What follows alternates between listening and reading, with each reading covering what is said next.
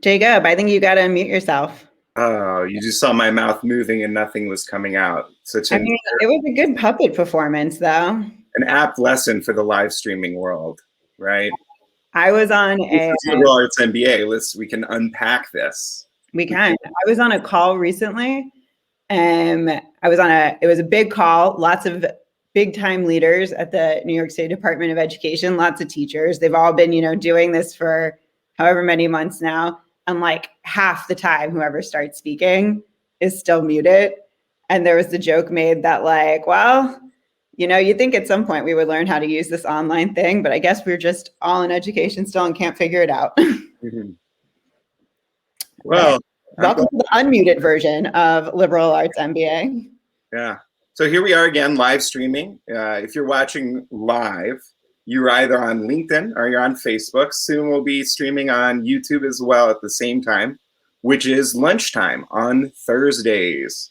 Liberal Arts MBA is this live stream show created by myself and Sara Sands. We both have liberal arts degrees. As we'll get into today, Sara has more than just an undergraduate degree in the liberal arts, but I believe that this is in value within the workforce at large, and conceptualize this show for LinkedIn and for other professionals to share their voice and how they've kind of taken their education and this way of thinking that's not the trade schools of the world or the engineering schools of the world, but a liberal arts perspective and how that applies to different workforces. For sure. Should we, before we start getting into it, because I know, Jacob, we want to share more on the liberal arts as we continue to ponder what this means to us in our lives. It's like our weekly Devar Torah. Our rabbis would be proud of us. Should we reintroduce ourselves and reintroduce the show? Yeah. So all of our first-time viewers out there, if this is your first time, thank you for joining us. Everybody's going to have a first time sooner or later, we hope.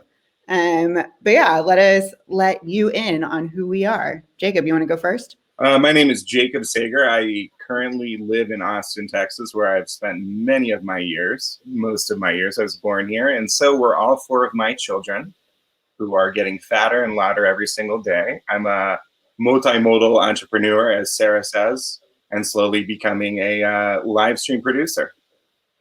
How about yourself, Sara? You'll have plenty of time to talk about yourself, so if you can keep this segment brief.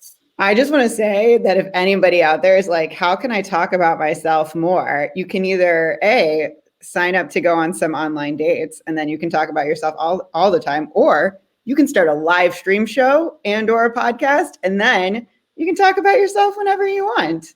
That is very true.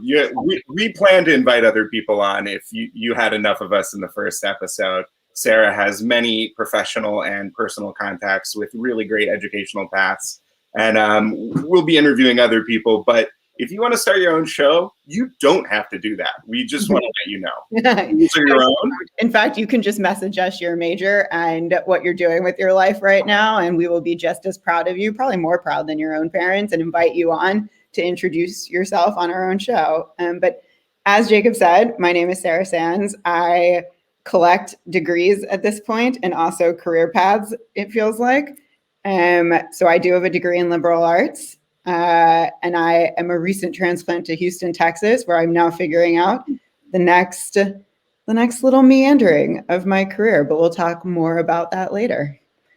So let's talk a little bit, we're 4 minutes in. Let's talk a little bit about what the show is, again, for those of you that are joining us for the first time. Jacob, you want to share the premise of the show? So the premise of the show is a lunchtime chat with folks I will call liberal artists. So you can really be with someone anywhere in their career. And loosely, they have a liberal arts education. And that is something they're very cognizant of. For myself, I've been in different places in different industries throughout my young career so far. And I know many of my mentors and people I look up to have been the same. So I want to have the opportunity and create a space here to talk and showcase different degrees and career paths and fields of study.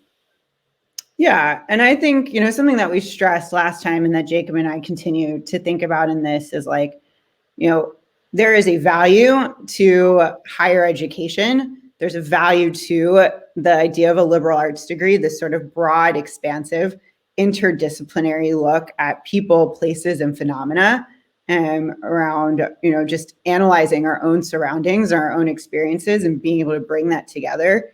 And that sort of lens comes from these liberal arts programs often. And it leads us to this place where we really want to highlight the people in our lives who are creating value and changing the world in more ways than just contributing to their bank accounts or GDP. I mean, certainly those things are valuable. It costs money to breathe air, I always say.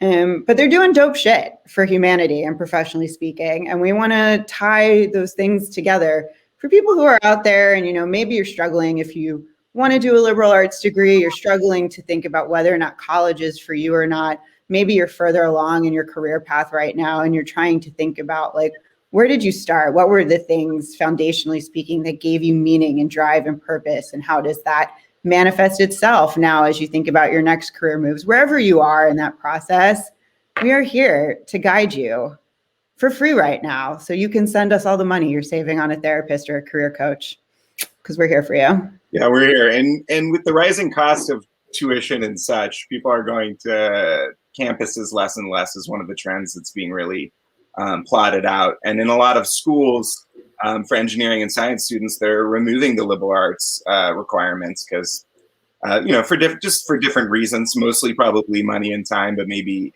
that reflects a shift in values. And so, maybe in time, this can be a continuing education credit to sit down for this lunchtime live stream. Yeah. I want to chime in a little bit on what you said there about the rising cost of tuition. And I'm having a lot of conversations right now, as we'll discuss in a minute. I'm deep embedded in the echelons of the ivory towers and in the academic spaces that exist and have been for a long time. So I have a lot of conversations with people who work in higher education. They're professors, they're in the offices, they're in administration, they're, serving you your food in the cafeteria. Shout out to the cookies at Teachers College. Those things are delicious. And a steal for New York City. Hit it up. But I have a lot of conversations. And one conversation I had recently with a professor was that he talked about the fact that a lot of corporations are looking to set up a sort of 4+1 model, which is a bachelor's with a master's degree. So 4-year bachelor's, 1-year master's at liberal arts schools.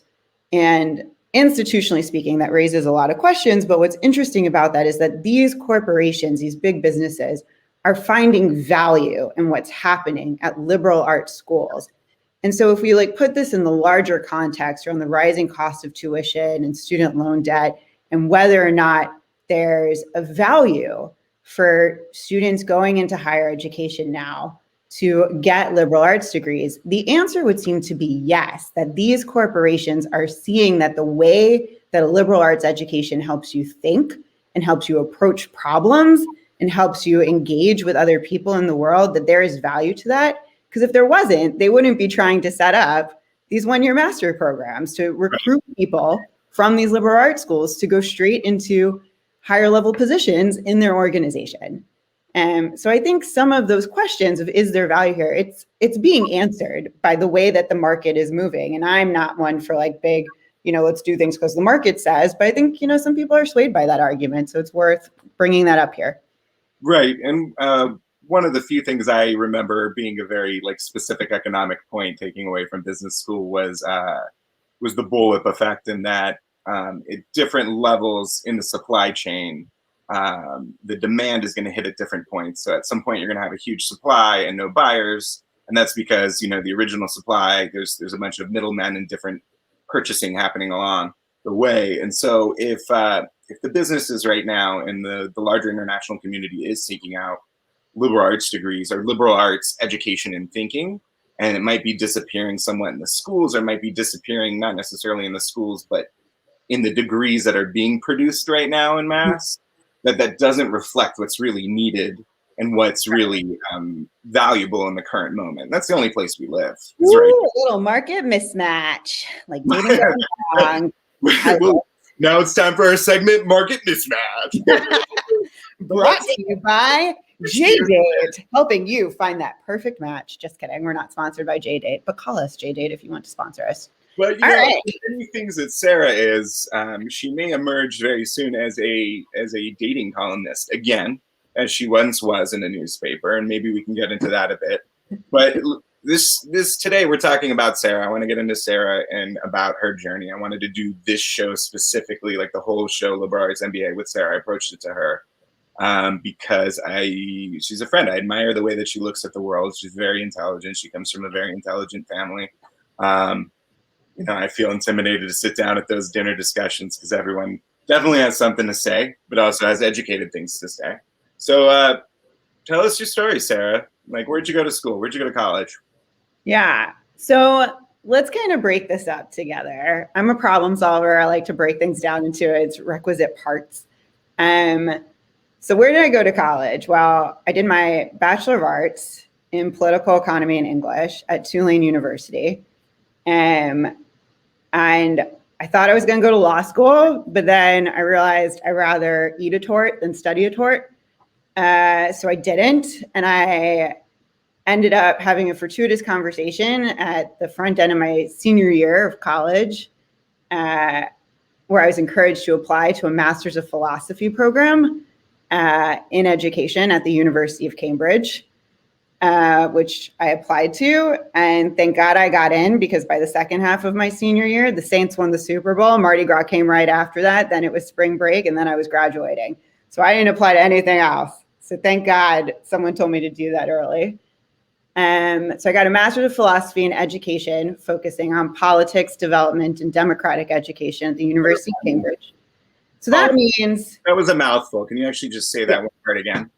So my emphasis was on politics, development, and democratic education. And the idea of that is that while people often like to say we should remove politics from education, that's fundamentally never been true, not going to be true. That actually how we develop education systems is intimately tied to the type of government and the type of political systems that we have. So how do we think, for those of us that are in democratic societies or not, for those of us looking to set up democratic societies in our own countries, what does that look like to create that, to create education systems focused on, the political and democratic needs of different countries? It gets more complicated, but that's like the easiest way. Okay. That's a great entry there. And right now, I'm currently doing my PhD in politics and education. You might notice a running theme here at Teachers College, Columbia University, where I am well into that process, and will hopefully be getting that doctor. Woo, Dr. Sands. Everyone's gonna have to call for that.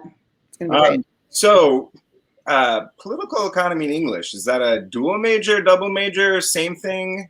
Tell us about that.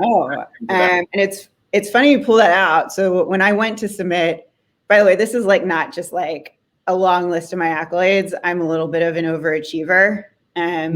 So make all the jokes about that you will. But I walked into the honors office at Tulane to submit the documentation for my honors thesis my senior year, and I declared political economy in English. And the woman at the desk looked at me and she goes, "I'm sorry, but you've made a mistake here." And I go, "Oh, do tell me, what have I done wrong? Because I can think of a few things in my life." And she goes, "No, it's just this one thing for right now. It should be political science in English because that's what everyone does." And I was like, "Yeah, I didn't do that. I did political economy in English." And she goes, "That's really hard." And I was like, "Yeah, you're telling me, lady." But so I did that because here's why. And we can get into this about like what actually made me choose these majors, because that's really part of what you're asking right now. Yeah. So I had an experience. Jacob and I were camp counselors once. Everyone should know this. We like kind of probably feel like you're everyday camp counselors as well. We're like kind of jokey and goofy and haven't really grown into our features yet. During the summer, I changed my LinkedIn title to say former camp counselor. Right. I think it's an important part of who I am and my resume. It is pretty much a part of our identities. I was a lifeguard. It was great. And this is relevant to the story, which is, that year we were camp counselors together. I was a lifeguard, and Grey's Anatomy was big on TV. The Fray was playing How to Save a Life, every other song on the camp radio.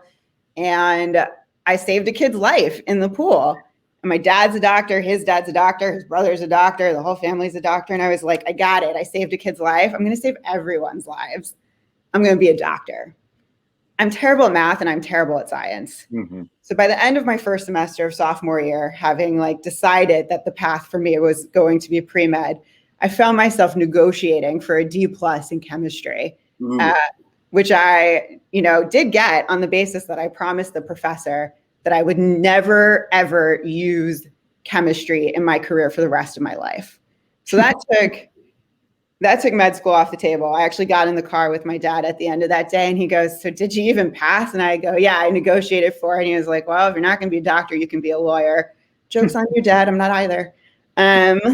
Unfortunately, the pre-law teacher, when you get the D- isn't going to say, I'll give this to you as long as you promise you won't become a lawyer. Right. They might give you a law license in New York, though. I don't know. Mm-hmm. So I had found a really important lesson here, which was that you had to have the right challenge for your skills, and that not every challenge, just because it's hard, doesn't mean it's worth doing. And at the same time that I'd taken that class, I had taken chemistry. I'd also taken a class. Tulane made us do something called community service learning, which is something they instituted after Hurricane Katrina. And I enrolled in a class where we were tutoring low-income kids. Specifically, it was a school that was, all Black and brown students. And we were a group of all white, middle, upper class people, for the most part, where we were tutoring kids in English composition, and at the same time, entertaining questions. It was an English class. We were entertaining questions about, linguistic diversity in the classroom and what it means to operate in English in the world and to teach that. And we read a book that changed my life, Lisa Delpit's Other People's Children. And I was tutoring a student, Edwin, who was in 8th grade and struggling. He had, and was undiagnosed on the autism spectrum disorder because mental health services are hard to come by. And I realized in this moment that the whole foundation of our education system was rooted in the politics of race in this country. And I recognized in that moment that to reframe what we were doing in education required us to think deeply about the marriage of policy and politics and race in our educational system. And so I failed chemistry. I passed that class. I wrote my first academic paper on exploring what it means to teach other people's children, to teach to races and classes and cultures that were not one's own, and to position oneself in that. And I walked into the political economy advisor's office and I said, I know I need a challenge, and I know I want it to be meaningful, and I know I want it to reflect this conundrum I see in society. And he goes, good, we have a program for you.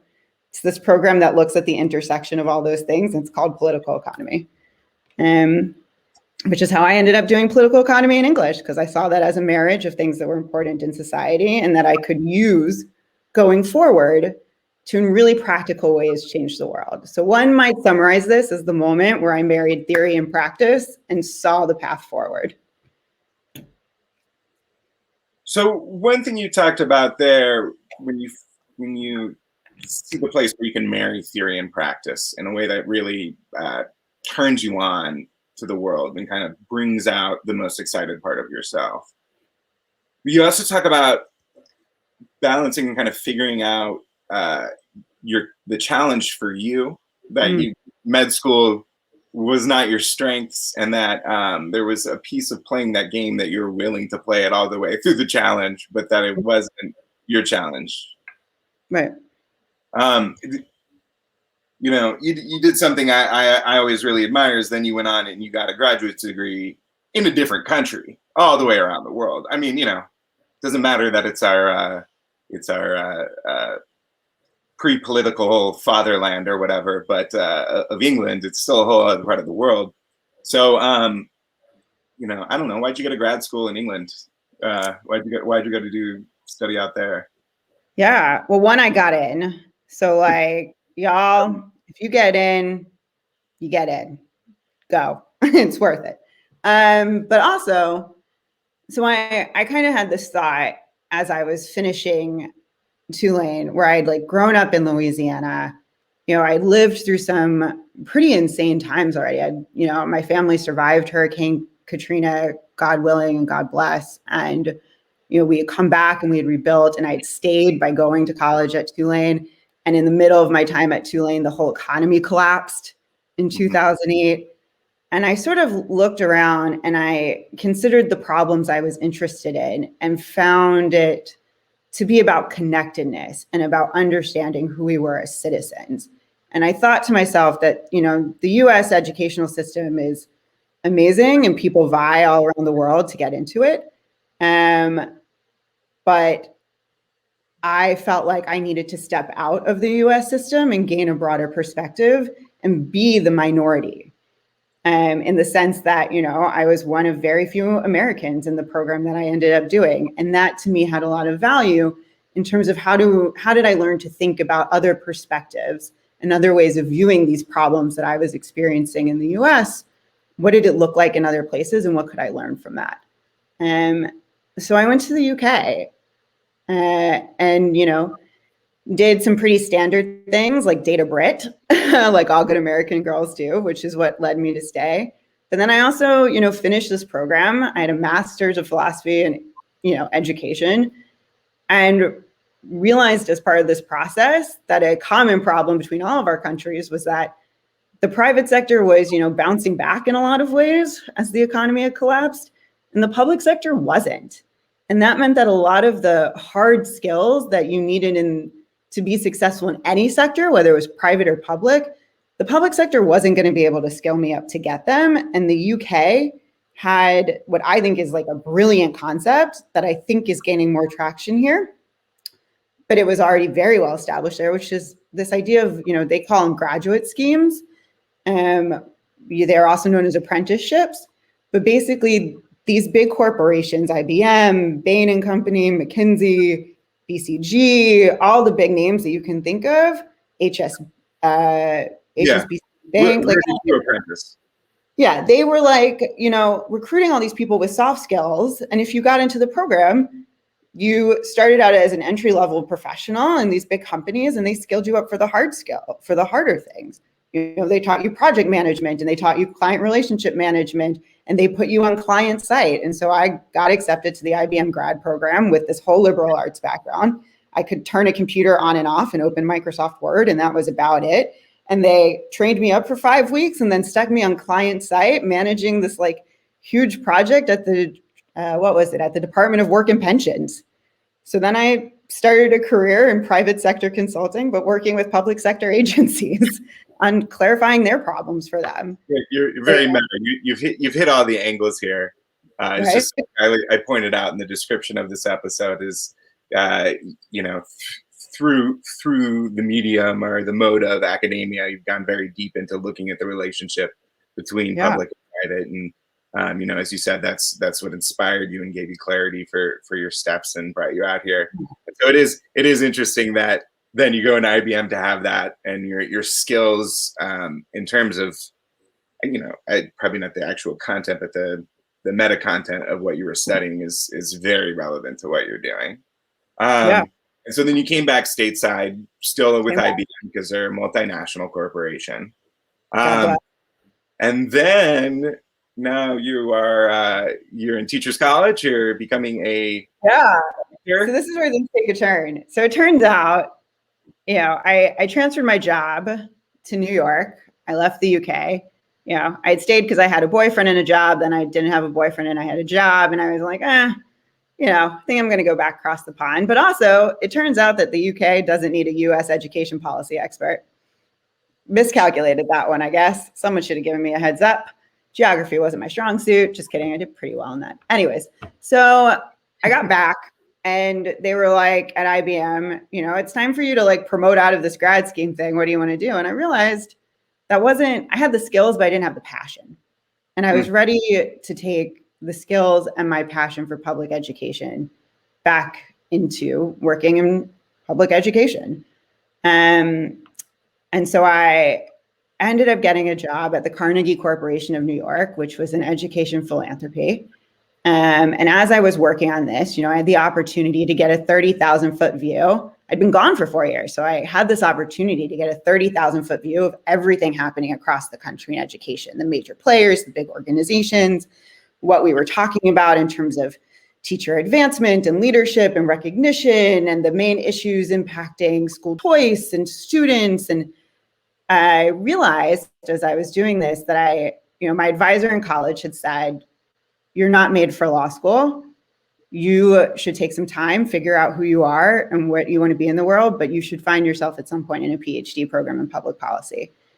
And the moment arose while I was doing this work, and I really credit my liberal arts degree with this. If there is a skill that I use all the time now that I'm most grateful for with my liberal arts degree, it's asking the right questions, learning to ask the questions. You definitely ask a lot of questions. So I had these questions around what was driving private philanthropy in democratic societies. And I started asking them when I did a PhD. Speaking of questions, you have a question from one of our viewers here. Oh, good. And says, is academia considered public sector? Yeah, it kind of is. I know I've made the distinction. I'm not an authority, but I know I wrote the description today and distinguished it personally. So a lot of times, yes. I think academia is a bit, when I think about the public sector, often, I think others think about it in terms of the services that government is providing. And certainly higher education is one of those spaces. We have amazing public universities in this country. And those are certainly, considered public sector organizations. They count towards my public service loan forgiveness. So they are indeed public sector organizations. But I think it starts to get murky, right? Because the way that we do higher ed in this country is that you pay for a good chunk of that. And they are beholden, at the same time that you are paying a big chunk of that cost, they're beholden to a whole slate of stakeholders that is not just the general public, right? They have their own goals, they have their own missions, they have their own boards often that they report to, and advisory groups. Higher education is its own sector, I often think. And the rules of research are kind of murky in how we use research as a public good, but it's produced by these private institutions that actually you don't get to see how the sausage is made. So it is a public sector institution or a part of the public sector, but I think understanding the complexities of who and the what determines accountability in that space makes that a little murkier. Great thought. So gone through. Are there more questions? We don't even have time if there are any more, but let me double check. It looks like we have no more questions. We want to thank everyone who chimed in today. We had 3 people kind of click in. Deborah had a great question there. If you ever want to question us live or even afterwards, you can drop a comment when you come across this feed, wherever it is, and we can always respond to you. But really, Sara, we've asked a lot of, I would say, surface level questions. Let's just do a quick rapid fire and call it a day. What's something you learned during your liberal arts degree that you didn't think you would use now, but you actually use all the time? Oh man, statistics. Take a statistics class. That's the thing I learned. Also, took a class my first year, sociology of religion, with Dr. Shane Lee. I believe he's now at the University of Houston. And he put in my head the idea that everyone is a prostitute for a price. And that is really applicable and really helped you approach situations in a lot of different ways. What's a recent book you've read that you'll recommend to folks, fiction or nonfiction?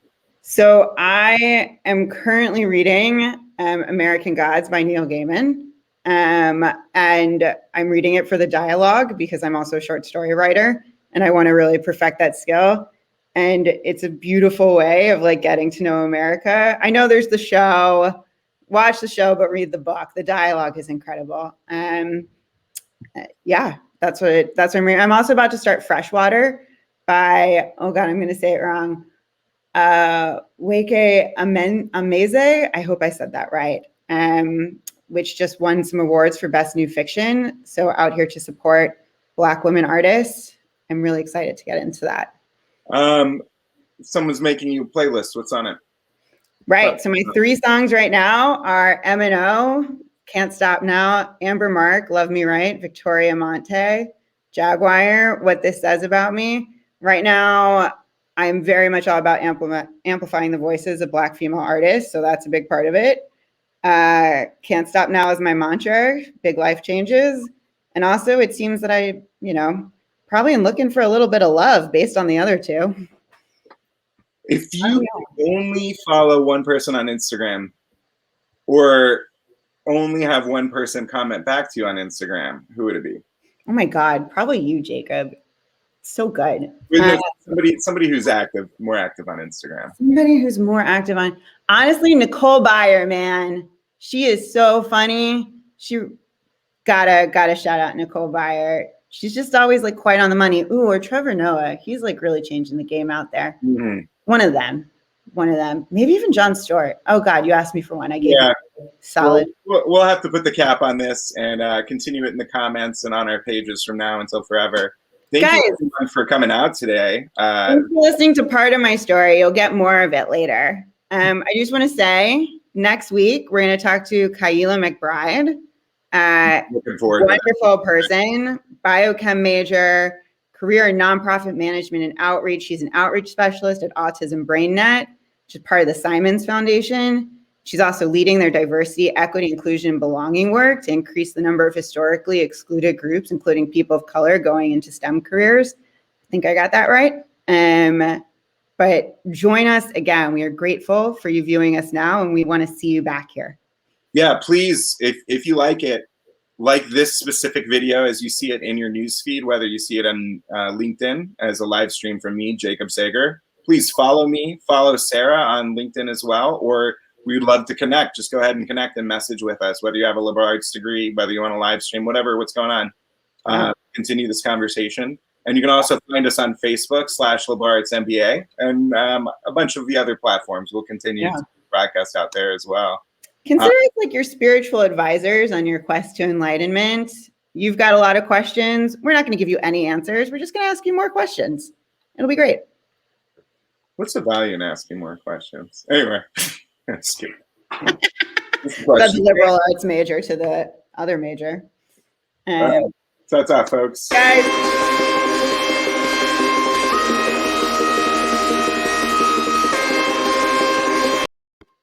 So sorry, everyone. That was my mistake. I didn't mean it to be so loud. That was like a nightmare in my head. Okay. We'll have a closing sound, though, next time. Ta-ta.